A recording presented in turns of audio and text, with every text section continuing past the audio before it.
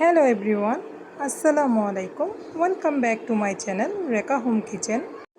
আজকে আবারও একটি নতুন রেসিপি নিয়ে হাজির হয়ে গেলাম আপনাদের সামনে। বারবার একই ধরনের নুডলস খেতে যদি একঘেয়েমি মনে হয়, তাহলে আমার মতো বানিয়ে নিতে পারেন সবজি দিয়ে নুডলসের পাকোড়া। রেসিপিটি তৈরি করতে আমি এখানে নিয়ে নিলাম 5 পিস নুডলস এবং কিছু সবজি আমি চপারের সাহায্যে চপ করে নিচ্ছি। চপারে দিয়ে দিলাম গাজর এবং বাঁধাকপি।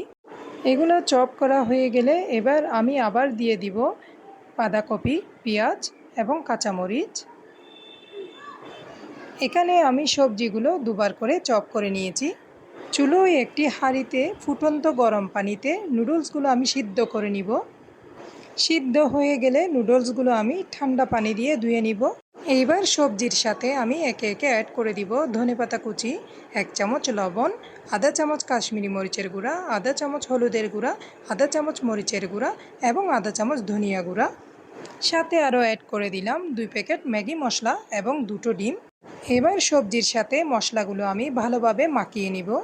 মাখানো শেষে অ্যাড করে দিব সিদ্ধ করে রাখা নুডলসগুলি। সাথে আরও দিয়ে দিলাম আধা কাপ পরিমাণ আটা এবং 4 চামচ পরিমাণ কর্নফ্লাওয়ার। এবার আবারও সব উপকরণ ভালোভাবে মাখিয়ে নিব। এ পর্যায়ে আমি অ্যাড করে দিলাম আরও 2 চামচ চিনি। এইবার হাতের সাহায্যে সব পাকোড়া আমি বানিয়ে নিব। এখানে পাকোড়াগুলো আমি একটু চ্যাপ্টা শেপে তৈরি করেছি, আপনারা চাইলে গোল করেও বানিয়ে নিতে পারেন। একে একে সব পাকোড়া তৈরি করে আমি একটি ট্রেতে নিয়ে নিলাম। প্রথমেই যদি সব পাকোড়া বানিয়ে তৈরি করে নেওয়া যায়, তাহলে তেলে ভাজার সময় অনেক সুবিধা হয়।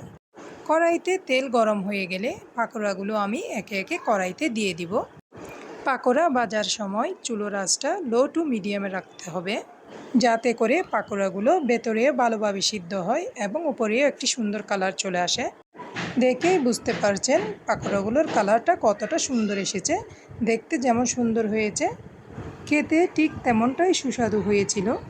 আমার এই রেসিপিটি যদি আপনাদের ভালো লাগে, তাহলে লাইক, কমেন্ট, শেয়ার করে দিবেন এবং অবশ্যই সাবস্ক্রাইব করতে ভুলবেন না।